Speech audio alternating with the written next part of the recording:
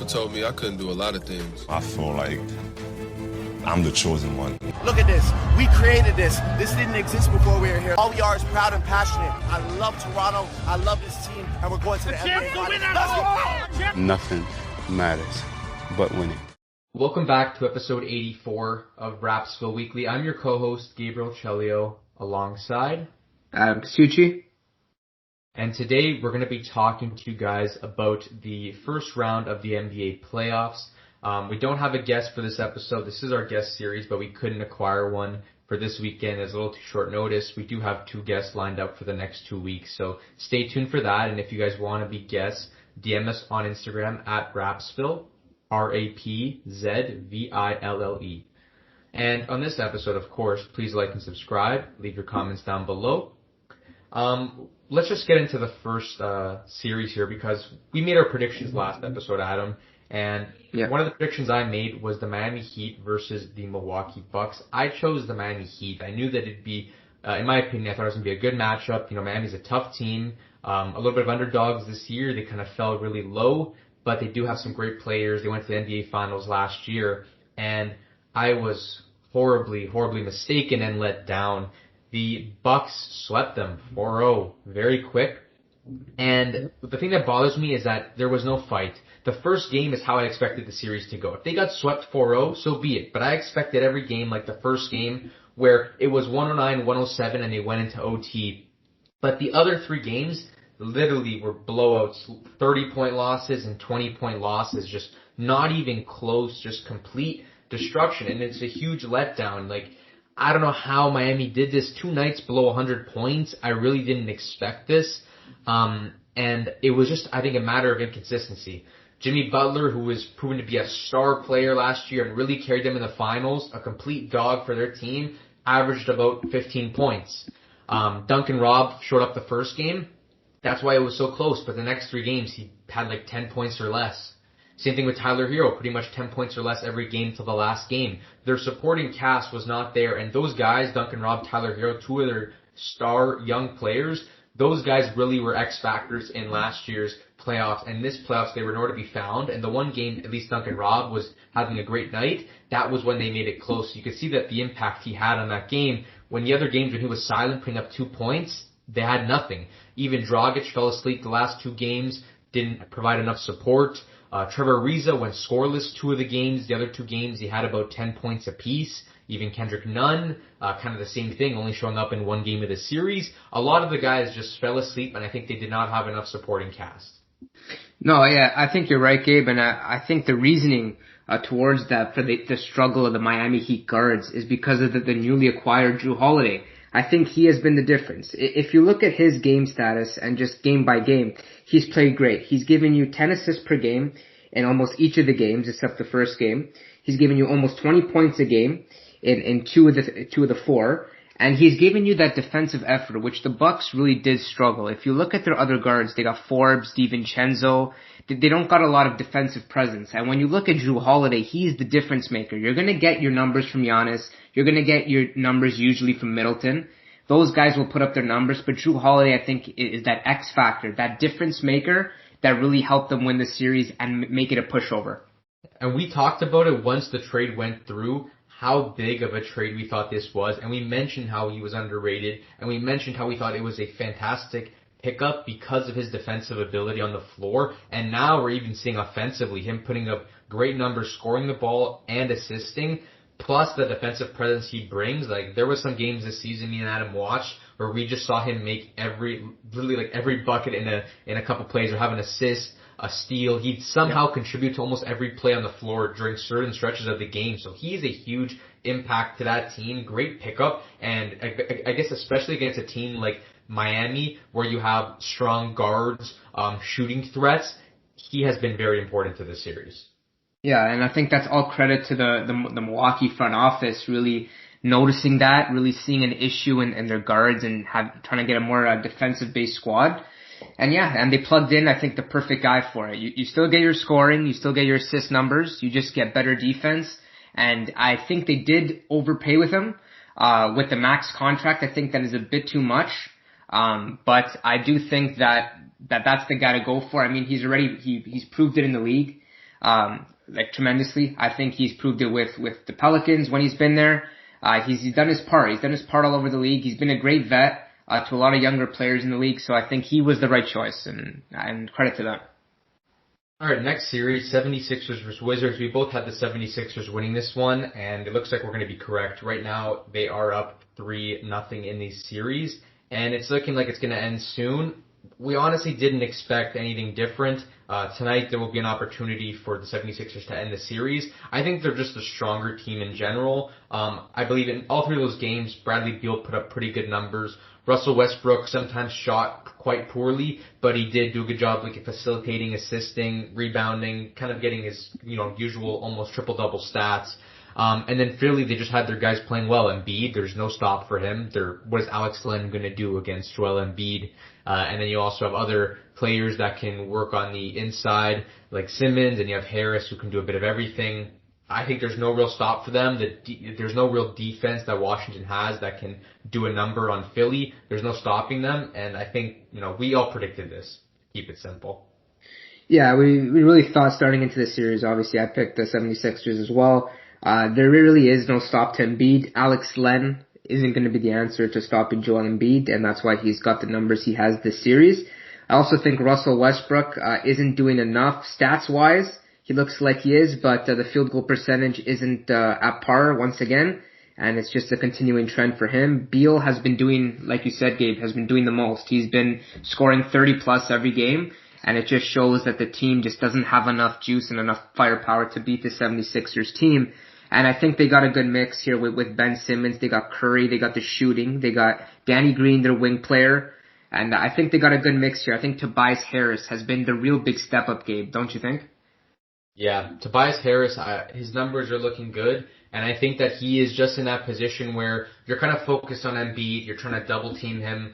You gotta watch Simmons, who's the ball handler. They're probably doing some pick and roll actions. Tobias Harris can go a little under the radar, and we know that he can score the ball quite well, and he can be that subtle killer, especially for trying to focus on the two tough matchups in Embiid and Simmons. I feel like you're gonna forget about him, and he's still a tough guard when you think about it. So I think he's been a little bit of an X factor for them. And then one thing we wanted to talk about was, with COVID kind of getting better in the U.S., vaccines rolling out, they've allowed fans to come back in. And in the first couple of opportunities for fans to be in arenas in the playoffs, we've seen how hectic it has been. And a lot of people, the NBA specifically, the league, talking about how disrespectful they find it that fans are doing certain things on the court. We saw in the Wizards-Philadelphia series, while Westbrook was walking back to the locker room, I believe it was with injury, Adam? He had an injury, he was walking back. A fan dumped popcorn through the opening, and it fell on him, and Westbrook, obviously completely outraged, feeling disrespected, was trying to jump out of the tunnel and go after this fan, but obviously security, whoever was with him, personnel, was holding him back. And that was just one instance. If you think about the other ones, the Boston Celtics, Adam, you want to explain that incident? Yeah, a fan, I get everyone's excited to come back to games, but you gotta respect the players. You're not invincible if you're in the stands. I think it was maybe a 15 to 20-year-old kid, and I think Kyrie Irving, I think it was before the game or halftime, he was walking back into the tunnel, and then a fan threw a water bottle just straight right to the head of Kyrie Irving. Luckily it missed. But just the fact that they're throwing items at players is just totally disrespectful, and especially the Westbrook situation, I feel like it was worse for him because he was coming off with an injury. He was already upset. His team's losing 3-0 in the series. He's already on edge. And then to have that happen, I think it just caused a big explosion, and it really was an outburst, and Westbrook obviously exploded on the fan. And then Kyrie Irving and KD obviously saying their words, and KD saying that's childish and a bunch of stuff. So I think it has to stop from the fans. I know they're excited to get back into games and to the arenas and cheer on their team, but that's just unacceptable, man. Yeah, exactly. And we already know that Westbrook has a bit of a temper. And on the Kyrie side of things, you got to think he's coming for his former team. They're versing the Celtics. You know that the fans are going to be mad. They're going to boo him. But this is kind of unacceptable here. This fan is even facing assault and battery charges with a dangerous weapon because of the incident of throwing the water bottle. I believe once he threw it, he was crying. It was weird. He did get arrested for it. So clearly, you got to watch your actions. They're going to have consequences to them, and that's clear in this case. And this isn't even all of them. We saw during the Knicks-Hawks series that a fan spit on Trae Young, and I believe he's been banned for life from the Garden. And that's when Durant put out a tweet saying, F around until you get banned, because you gotta watch. You can't be spitting on people when you're sitting courtside. And, credit to Trae Young for not reacting, keeping his cool, kind of leaning into the evilness of being, the villain in this case versus the Knicks. He didn't really do too much. He doesn't really get aggravated like that. Doesn't show the fan too much respect. He kind of just laughed it off, especially with the chants, Trae's balding. The Garden is getting mean, man. First time in the playoffs since 2013. They're definitely using it to their advantage. Yeah, but I think that's the worst one, to be honest. The spitting, like that, especially with the COVID thing going around there, and just having all those fans in the arena, the spitting, that's exactly what you don't want to promote. And it happened. He spit on Trae Young. I don't think it landed on him, but I think it was 50 Cent in the first row. And he said he felt the spit come over his head. So yeah, that fan's banned for life, and all this stuff has just got to stop. We just got to cool down, fans, and that's it. Yeah, even Utah Jazz, they've banned 3 fans who were heckling Ja Morant's family at one of the games. It's been almost every series there's been some incidents and there's been people banned. So it's just crazy to see the scenes of fans finally getting an opportunity to get some type of real life back, going to events like basketball games and then doing stuff like this. It's kind of sad to think about it. Okay, I think that's the heat of it out of the way. I'd say we get back to the series here. We were talking about Brooklyn-Boston, and looking into that series, Brooklyn leads 3-1. We both predicted Brooklyn to come out of it, and I think that's what's going to happen here. Already missing Jaylen Brown, you see that Boston is already disadvantaged, one of their other star players this season. Plus, last game, having Kemba Walker and Robert Williams sit out, huge disadvantage. Obviously, Tatum cannot do it alone. He's putting up fantastic numbers. Last game, he put up 40. Almost every game, he's putting up 40, 50. But he can't do it alone. You're versing 3 superstars, and we're seeing the offensive juggernaut that Brooklyn can be. They've only played so many games together, but the games that they have, we've seen the damage in the past 2 games alone. 2 of the players getting 40 bombs, and the other star getting maybe 16, 20, 30 points plus 15 assists. It's just hard to stop those 3 guys. Yeah, no, it's impossible. I really think this one is impossible because of the amount of playoff experience those 3 guys have, and then you add in Griffin, then you add in Joe Harris, seasoned veterans that know what to do to win. And then you look at Boston's side, obviously with the injuries to Brown, that's a huge part of their team, their second best scorer in my opinion. And then Kemba Walker isn't producing as much as he should, I honestly feel. And then you lose Robert Williams. That's another big one. I think that he's been playing well with the blocks, and and I think he's been giving them good minutes off the bench. So you have to insert Tristan Thompson into the lineup, and he hasn't really had his best season. And the Boston bench, I just don't think has enough firepower and scoring compared to the Brooklyn bench. And then if your starting lineup is already getting beaten by the Brooklyn lineup, you're going to be losing the game. So you're getting beat by their bench and their starters, and that's the way it went this series. Yeah, it took Tatum a 50 bomb to win a game, and obviously he can't do that every night. Just think last game, a 40 bomb from Durant, almost 40 from Kyrie, 23 points and 18 assists from Harden. It's impossible. We were talking about it. You have to guard 3 all-stars. One-on-one's already hard. If they're taking you down, you might have to throw a double team. You have 2 other all-stars then that can find their way to be wide open, which you definitely don't want. And once you're done guarding them 3, you might have Joe Harris, the best shooter in the NBA, wide open in the corner, or DeAndre Jordan, or Claxton, a huge big man in the paint just for an easy alley-oop dunk. It's near impossible to fully contain offensively in a 7-game series, that's for sure. So I think this one's going to be a wrap very soon, especially if the Celtics still have to deal with injuries.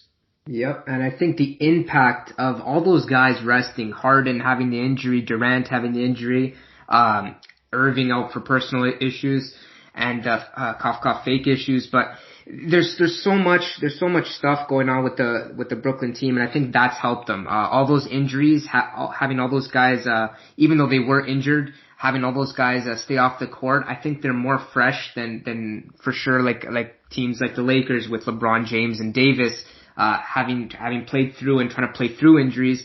I think it's more difficult. So I think that the Nets are really taking advantage of all that rest those three stars have given. All right. Let's move on to the next series, Adam. This one, Atlanta Hawks versus the Knicks. The Hawks are up 3-1 right now, and the Hawks were my prediction, but you went with the Knicks, and this could be maybe the one that you get wrong because I got the Heat right off the bat wrong. So let's see if you get this one wrong. What do you think the problem has been for the New York Knicks? Well, you want to look at the obvious problem. You go Julius Randle. This guy's shooting, I think, below 35% in the series. So he's not playing his best basketball like he was during the season, and then the Knicks kind of really feed off of that. It's a one-man show. But we have seen the step up of Derrick Rose, which has been really nice. The bench has been alright. Burks, we've seen a couple explosions from him, and Quickly has been decent. I just don't think there's enough star power in the starting lineup. I mean, Barrett putting up numbers, but again on a low percentage. Bullock has kind of faded here in the playoffs, so I think it's just too hard to contain. I think Capella has more skill than obviously Noel. If you go position by position, I think Atlanta is just a better team. But the reason I went with the Knicks is because of the hype, obviously, at MSG. I thought the team would be hyped to be in their first playoffs in a really, really long time, but that just doesn't seem the case. It just seems like they're falling apart right now, and Trae Young is capitalizing on his opportunity. Yeah, they were looking like juggernauts near the end of the season, winning like game after game after game, really building on momentum and hype, plus the Madison Square Garden absolutely going crazy. It is the recipe for success. It just hasn't been working, and the reason I went with the Hawks is because I do think in the end the team basketball, the skill would come through because they are the all-around better team. You're looking at almost a fully healthy roster now for the most part, and you can see if it's not Capella and Trae Young doing their inside game when Trae's dropping 30 a night. You also have Bogdanovic, who can be a great shooter. You have Collins putting up numbers. And now you have Herter, Gallinari, two players that have played in the starting lineup quite a bit this season, coming off the bench now with Lou Williams as well. I feel like there's a lot of opportunity for scoring outputs, and I think they're just overall the better team, and that's why they're ahead. Okay. Now we're going to get into the west side here. The Utah Jazz versus the Memphis Grizzlies. Both of us had Utah to win it, and Utah is up 2-1. I stand by my pick. I think Utah is the better team. It took Ja Morant's 47-point night to take down Utah, and that was because they were without Donovan Mitchell. We've seen both games with Mitchell back. The Utah Jazz have been undefeated. So I think the recipe for success is they just needed Mitchell in that lineup, that second creator, that second guard, really threat. Keeping Clarkson as that sixth man, the game that they play, I guess, with Mitchell Gobert, late game scenarios as well. I think they just needed Mitchell on the floor. Overall, Utah Jazz is the better team. They have to come out of this one. But maybe if they lose a couple, if this goes to 6-game series, I'm gonna question Utah's ability to make it all the way down the stretch to the finals. But I do think overall they are the better team, and they should come out of this one easily. Yeah, because we do also have to question Utah's ability to make it far, just in general, because they have been collapsing in the playoffs in previous years. But one guy I do want to talk about on Memphis is Dylan Brooks, the Canadian, from Father Henry Carr in Ontario. I think he's been the difference maker in the series to keep Memphis in the series, to not have been a 3-0 series already. I think his defensive ability is great. And I think he's been scoring at an insane rate. I didn't know he can score this much. We obviously saw that he can put up numbers in the regular season, but not to this level. I think he's just one of those guys that steps up to the big occasion, has no fear, and he really steps up to guarding anyone. He's not scared of anyone. He'll switch on Gobert. He'll guard Mitchell. Very versatile guard. He's quick. He's strong. And I think this guy's going to become a really good player in the league. Yeah, he has been playing fantastic, especially when we saw the Golden State game. We saw what he can do for them. They have sneakily good players, and if Ja Morant can find a way to do it, I'd be very impressed, but I think Utah should be able to take them. Moving on to the next series, we have Phoenix Suns versus Lakers. This is where me and Adam split once again. I went with the Suns. He went with the Lakers. And the series is tied 2-2, so we don't know which way it's going to go yet. Phoenix took the first game. Lakers took the next two, and Phoenix just won the other night. This one is close, honestly. I think that we've seen some tough basketball. Phoenix, I think one of their problems was they had Jay Crowder just not being able to perform for them. He's been a solid role piece all year, and in the playoffs this series, he's been awful. He was shooting 2 for 20 from 3, and then last game he finally went 3 for 8, so he almost was around 50%. I think that was a huge impact last game for them. I think they just really need their supporting cast, because Chris Paul can bring it pretty much on almost all nights. Booker, it might be inefficient, it depends, but he'll put up numbers most of the time. I think it's also that case of that supporting cast. And the other biggest factor, I think, is what will happen to Anthony Davis, because he was out last game and Phoenix came out with the win, and right now he's listed out for Game 5. Yep, I really think it's all depending on LeBron's supporting cast here. I think Drummond hasn't done enough in the series really to make a huge impact that he needs to make. And then obviously with Davis's health situation here, that's a huge issue, and the Lakers really need to fix that up if he isn't able to play. I still think the Lakers will find a way to make it through.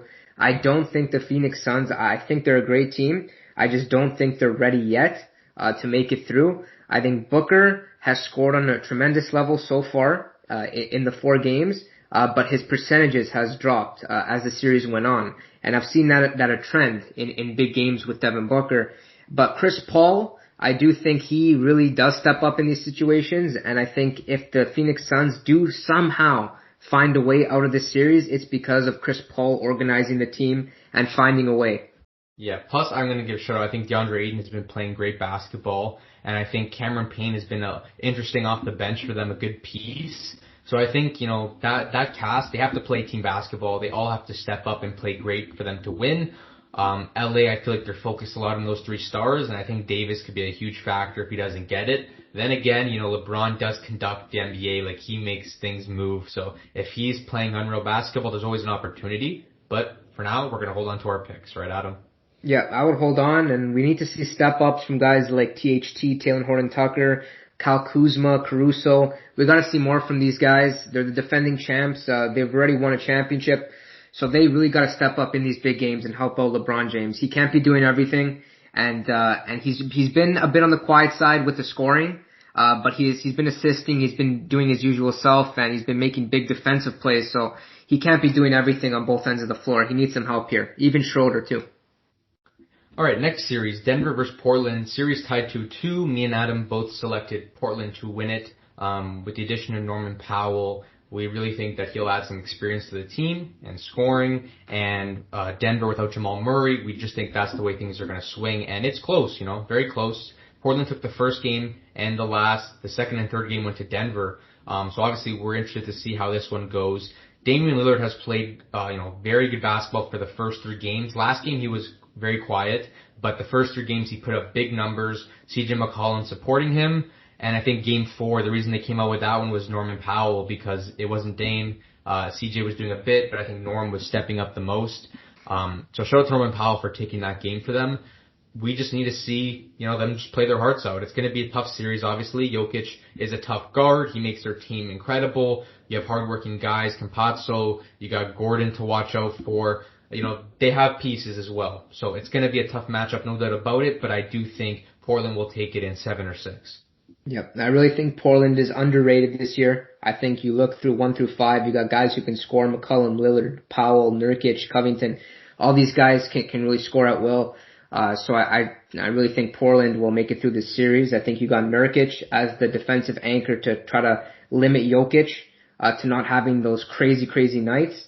And I think the Denver Nuggets just don't have the defensive abilities to stop Lillard, McCollum, Powell on the other end. So if Nuggets were to win the series, the guys who have to step up obviously are MPJ and Aaron Gordon. They have to take their game to a different level and be that secondary option for Nikola Jokic.